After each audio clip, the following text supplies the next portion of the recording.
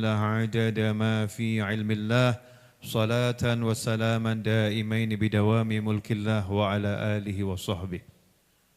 اللهم صل على سيدنا محمد صلاة تفتح بها لنا فتوح العارفين وتفقهنا بها في الدين وعلى آله وصحبه. السلام عليكم ورحمة الله وبركاته.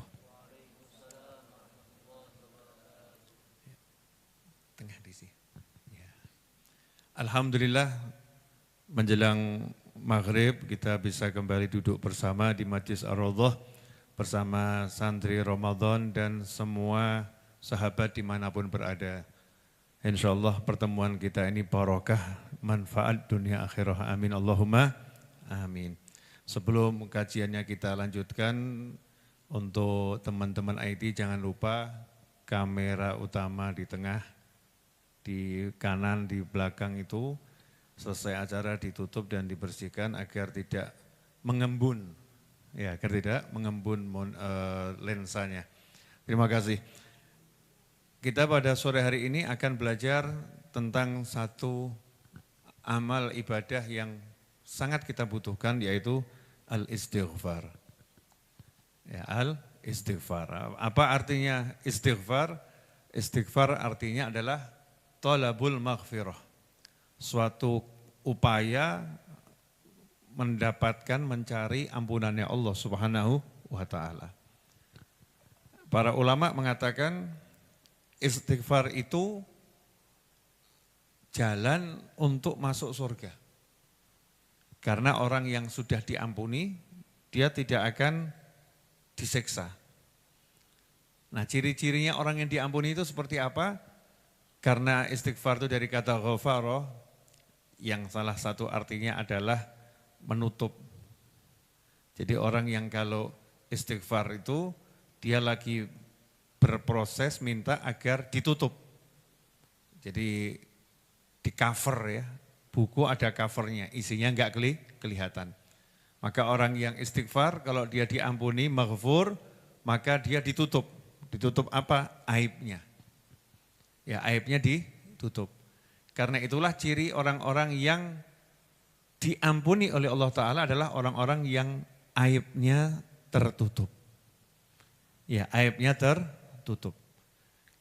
Makanya Islam itu sangat keras tentang permasalahan bongkar aib. Siapa yang bongkar aib, orang akan dibongkar aibnya dunia akhirat. Jangan sekali-kali bongkar aib orang lain. Dan kalau kamu berbuat dosa, jangan pamer-pamerkan, tutup aibmu. Semua dosa itu dalam sebuah riwayat dikatakan oleh Nabi Muhammad SAW, diampuni oleh Allah Ta'ala, kecuali orang yang terang-terangan. Ya, orang yang berbuat dosa, terang-terangan, ngumum-ngumumkan dosa-dosanya. Siapa itu? Orang yang malam berbuat dosa, gak ada orang tahu, kemudian dia pagi-pagi cerita sama teman-temannya. Oh semalam tuh saya, semalam tuh, padahal Allah sudah menutup aibnya. Karena itu ikhwani rahimakumullah, kalau kita mau dapat ampunan dari Allah Ta'ala, maka pertama kali yang harus kita lakukan adalah malu punya dosa dan jangan sampai ada orang tahu kalau kita berbuat dosa. Bukan dengan niat untuk membohongi orang lain tentang keburukan kita, tentang dosa-dosa kita ya, karena kita orang lihat, orang nggak lihat, kita cukup malu pada Allah Subhanahu wa ta'ala, kita di hadapan siapapun, walaupun orang mengeluk-elukan kita, kita sadar saya bukan siapa-siapa, saya punya dosa yang sangat banyak yang kamu tidak tahu, saya nggak boleh membongkar, ya saya nggak boleh membongkar, saya harus tutup dosa-dosa saya dan saya nggak akan pernah merasa lebih hebat dari kalian karena saya tahu betapa banyak dosa-dosa saya. Itu sikap seorang mukmin. Jadi dia tutup aibnya, tapi dia tidak berniat mengelabui orang dan dia tidak akan pernah sombong karena tahu jati di dirinya. Sebetulnya dosa saya sangat banyak. Nah, orang yang sudah istiqomah mencari ampunan, istighfar. Istighfar itu adalah upaya minta ampun sama Allah Ta'ala dengan mengucapkan Allahumma gfirli, astaghfirullah, rabbi gfirli, ya kalimat-kalimat minta ampun semacam itu, orang yang mengucapkan kalimat istighfar tergolong menjadi dua. Yang pertama sekedar di lisan. Namanya tolabul maghfirah, mencari ampunan, minta ampunan, pakai lisan atau pakai hati? Pakai hati. Karena kalau pakai lisan nanti orang yang enggak punya lisan bagaimana? Orang yang enggak bisa bicara bagaimana? Ya orang yang enggak mampu bicara bagaimana? Berarti enggak punya kesempatan minta ampun, begitu kan? Tidak ya. Istighfar itu minta ampun, letaknya di dalam hati. Di hati betul-betul minta ampun sama Allah Subhanahu wa taala. Kemudian mengutarakannya dengan lisan. Astagfirullah, astagfirullah, astagfirullah, itu adalah bentuk doa dan zikir. Bentuk doa dan zikir. Kalau kalimatnya diucapkan hatinya belum ikut, yaitu sebatas namanya doa dan zikir di lisan. Qalilul jadwa, manfaatnya sedikit, tidak besar. Bukan berarti sedikit ya. Sedikit tidak besar, bukan berarti sedikit. Nah kalau misalnya kursnya bisa mata uang dinar, terus dikasih mata uang tembaga, ya, kan ya rugi toh ya. Seharusnya bisa dinar nih, kenapa kok tembaga? Saya enggak mau ngomong kursnya apa namanya dolar ya, atau mata uang euro, enggak mau ya, lagi sebel soalnya. Kursnya dinar ya, kursnya dinar sama tembaga. Seharusnya kursnya bisa dinar. Kenapa kita kok pilih yang tembaga? Istighfar kita itu bisa jadi kelas dinar. Kenapa kelasnya tembaga? Bukan berarti tembaga enggak ada nilainya. Ya ada nih nilainya. Bukan berarti perak enggak ada nilainya. Ada nilainya, tapi kalau dibandingkan emas, ya dinar kan sangat jauh. Karena itu orang yang istighfar hatinya belum ikut, sudah bagus. Jangan dikatakan enggak ada manfaatnya, bagus. Makanya dianjurkan diperbanyak kalimat istighfar tadi. Kalau dia bisa istiqomah, nanti akan membuahkan hasil di hati. Jadi hatinya akan bisa ikut. Ya, kotoran-kotoran di hati akan terkikis karena zikir itu punya kekuatan. Ada orang yang ngomong, oh tapi kan hatinya enggak ikut. Manfaatnya apa? Sederhana gini aja. Nah kalau enggak ngomong, manfaatnya apa? Ya, orang yang astagfirullah, astagfirullah, astagfirullah, hatinya enggak ikut. Sama orang yang diam hatinya enggak ikut. Bagus mana? Ya bagus yang ngomong. Kenapa? Lisannya tidak nganggur. Kan begitu. Atau kalau dia enggak diam, dia ngomong yang jelek. Bagus mana orang yang ngomong jelek atau ngomong enggak ada manfaatnya? Ada orang ngomongnya, kalau orang istighfar hatinya enggak ikut kan enggak ada manfaatnya. Ya lebih enggak manfaat kalau kita itu ngomong enggak jelas. Lebih enggak manfaat kalau kita ngomong ngelantur. Lebih enggak manfaat kalau kita ngomong gunjing. Lebih enggak manfaat kalau kita ngomong ngawur. Lebih enggak manfaat kalau kita ngomong yang tidak ada artinya. Kenapa enggak kampanyenya enggak ada manfaatnya itu ngobrol-ngobrol itu? Enggak ada manfaatnya itu nongki-nongki, enggak jelas tuh enggak ada manfaatnya. Kenapa enggak ngomong seperti itu? Giliran orang astagfirullah, astagfirullah, astagfirullah, kenapa kemudian kita ngomong itu istighfarnya enggak ada manfaatnya, toh maksiatnya masih jalan. Naudzubillah min dzalik. Jadi kadang-kadang kita ini termakan oleh permainan kata-kata. Orang yang ngucap baik itu pasti manfaat. Hanya saja manfaatnya tidak semaksimal kalau hatinya ikut. Nah yang paling top hatinya ikut. Nah kalau udah hatinya ikut astagfirullah minta ampun maka tubuhnya itu akan malu berbuat maksiat. Tubuhnya akan taat pada Allah Subhanahu wa taala. Nah, setelah seseorang itu rajin istighfar, hasilnya apa? Seperti dikatakan dalam Al-Qur'an, Allah tidak akan menyiksa mereka wa hum yastaghfirun, sementara mereka minta ampun pada Allah Subhanahu wa taala. Maka orang yang rajin istighfar itu punya benteng dari amarahnya Allah taala. Ya, punya benteng. Sama Allah dilindungi. Kamu rajin istighfar, ya udah, kamu enggak kena gitu. Ya, kamu enggak kena. Makanya kita sebagai mukmin kalau istighfar enggak bakhil. Kalau istighfar enggak pelit. Mukmin itu diperintahkan mengistighfarkan mukmin yang lain. Makanya sampai khutbah Jumat itu tidak sah itu. Kalau enggak ada khutbah kedua minta ampun untuk mukminin wal mukminat, muslimin wal muslimat. Allahumma ighfir lil mu'minina wal mu'minat. Suruh mintakan ampun mukmin yang lain. Astaghfirullah lil mu'minina wal mu'minat. Kalau subuh 27 kali setelah sholat subuh. Astaghfirullah lil mu'minina wal mu'minat. Allahumma ighfir li ummati sayyidina Muhammad SAW. Mintakan ampun mukmin yang lain, muslim yang lain. Nah, orang yang rajin mintakan ampun untuk dirinya, mintakan ampun untuk keluarganya, mintakan ampun untuk orang tuanya, Rabbi ighfirli wa li walidayya, yang mintakan ampun untuk saudara-saudaranya, maka jaminannya dia dilindungi dari siksanya Allah Subhanahu wa taala.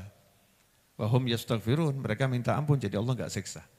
Kemudian dalam sebuah hadis Nabi kita Muhammad SAW menyatakan, qala Rasulullah sallallahu alaihi wasallam, man lazimal istighfar ja'alallahu lahu min kulli hammin faraja wa min kulli dhiqin makhraja wa razaqahu min haitsu la yahtasib. Rawahu Abu Dawud wan Nasa'i wa Ibnu Majah wal Hakim wal Baihaqi. Kulluhum min riwayah lil Al-Hakim bin Mus'ab wa qala Al-Hakim sahihul isnad. Ini termasuk hadis yang sanadnya sahih. Man lazimal istighfar, siapa yang tekun istighfar? Siapa yang tekun istighfar? Ja'alallahu lahu, maka Allah akan menjadikan untuknya. Jadi ini kata kuncinya ya. Rajin istighfar, benefitnya langsung Allah yang membalas. Bukan dia berusaha, bukan dia berupaya, bukan dia kemudian merekayasa, bukan dia lelah-lelah cari, enggak. Man lazimal istighfar, siapa tekun istighfar, ja'alallah lahu, maka Allah menjadikan untuknya min kulli dhiqin, min kulli hammin faraja.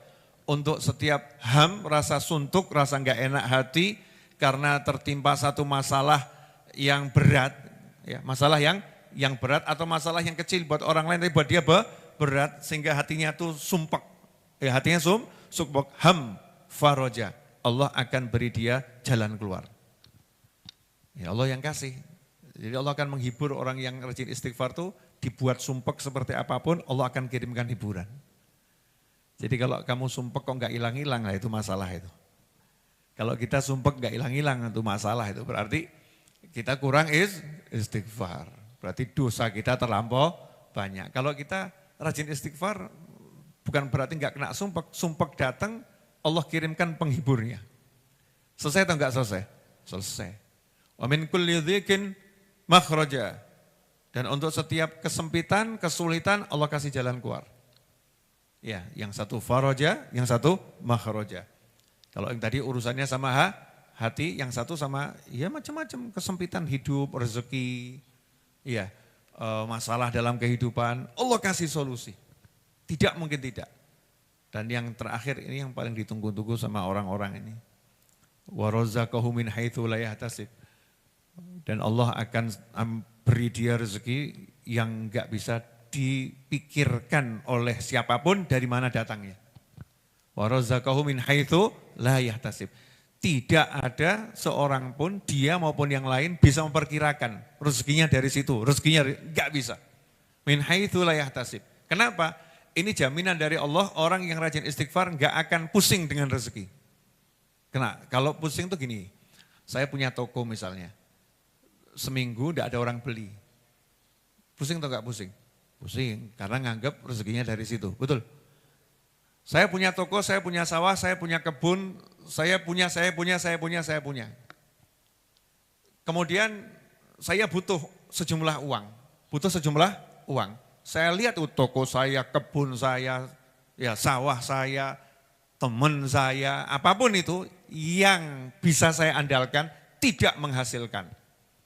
Hasilnya gelisah atau enggak gelisah? Gelisah. Karena Allah tidak membuat kita gelisah, Allah enggak ngomong, siapa yang rajin istighfar, tokonya saya buat laris. Enggak. Siapa yang rajin istighfar, sawahnya akan saya buat nanti menghasilkan padi yang bagus. Enggak. Siapa yang rajin istighfar, saya akan buat temannya itu nanti akan aktif tolong dia. Enggak gitu. Tapi dengan satu kata, wa razaqahu min haitsu la yahtasib. Gak usah kamu pikir datangnya dari mana. Kalau kamu lihat sawah kamu lagi kena banjir, ya gak usah pusing. Kalau kamu lihat ternyata teman kamu yang biasa baik kok sekarang berbalik, belot, gak usah kamu pikir. Kalau kamu lihat toko kamu udah kamu upayakan kok gak ada orang beli, gak usah kamu pikir. Kenapa? Allah bilang min haitsu la yahtasib. Dari arah yang gak pernah bisa kamu perhitungkan. Jadi gak usah ngitung-ngitung. Tenang aja, saya kirimkan kata Allah Ta'ala. Enak atau enggak enak? Enak. Syaratnya apa? Lazimal istighfar. Bukan sekedar istighfar, lazimal istighfar. Makanya Sayyidina Abu Hurairah radhiyallahu ta'ala anhu, beliau itu membuat tasbih. Dulu belum ada tasbih digital ya. Bahkan tasbih pakai pakai tasbih kita kayu atau apapun itu belum ada. Sahabat itu berkreasi. Sayyidina Abu Hurairah kreasinya apa? Kreasinya beliau itu ambil talinya tuh dibuat ikatan-ikatan tuh. 1, 2 ya, seperti kalau orang ngucir rambut gitu ya. 1, 2, sampai jumlahnya 1000. Nah beliau tidak akan tidur sebelum membaca istighfar sebanyak 1000 kali. Sahabat itu. Lazimal istighfar, sholat sama Nabi Muhammad SAW, duduk sama Nabi Muhammad SAW, makan sama Nabi Muhammad SAW, jihad sama Nabi Muhammad SAW, masih istighfar 1000 kali. Kita sholat, gak jelas jamaahnya di mana, kadang gak jamaah, ya makan ya di tempat yang kadang gak genah, tempatnya kadang gak genah, banyak maksiat, istighfar hampir gak ditemukan. Ya, istighfar kurang, istighfarnya sedikit. Ini sahabat udah hidupnya sangat cinta dan dicintai Nabi Muhammad SAW, satu hari masih istighfar sebelum tidur 1000 kali. Nah kita kalau mau contoh jangan 1000, gak usah banyak-banyak, 10 kali lipat aja. 10.000, mundur teratur itu. Ya pertama kali yang mundur mungkin saya, 10.000 gak tidur. Yang penting punya istighfar 100 kali tiap hari, itu udah bagus. Nabi kita Muhammad SAW sekali duduk baca istighfar 70 sampai 100 kali. Nah ini mudah-mudahan apa yang saya sampaikan walaupun singkat insya Allah padat manfaat berkat dan memberi kita semangat untuk istighfar hari ini dan selamanya sampai kiamat. Ya sampai kiamat kita jadi selamat berkat istighfar. Minta ampun sama Allah Subhanahu wa ta'ala. Asyhadu an la ilaha illallah astaghfirullah nas'alukal jannata wa na'udzu bika minan nar. Asyhadu an la ilaha illallah astaghfirullah nas'alukal jannata wa na'udzu bika minan nar. Asyhadu an la ilaha illallah astaghfirullah nas'alukal jannata wa na'udzu bika minan nar. Allahumma innaka afuwun tuhibbul afwa fa'fu anna. Allahumma innaka afuwun tuhibbul afwa fa'fu anna. Allahumma innaka afuwun tuhibbul afwa fa'fu anna ya karim.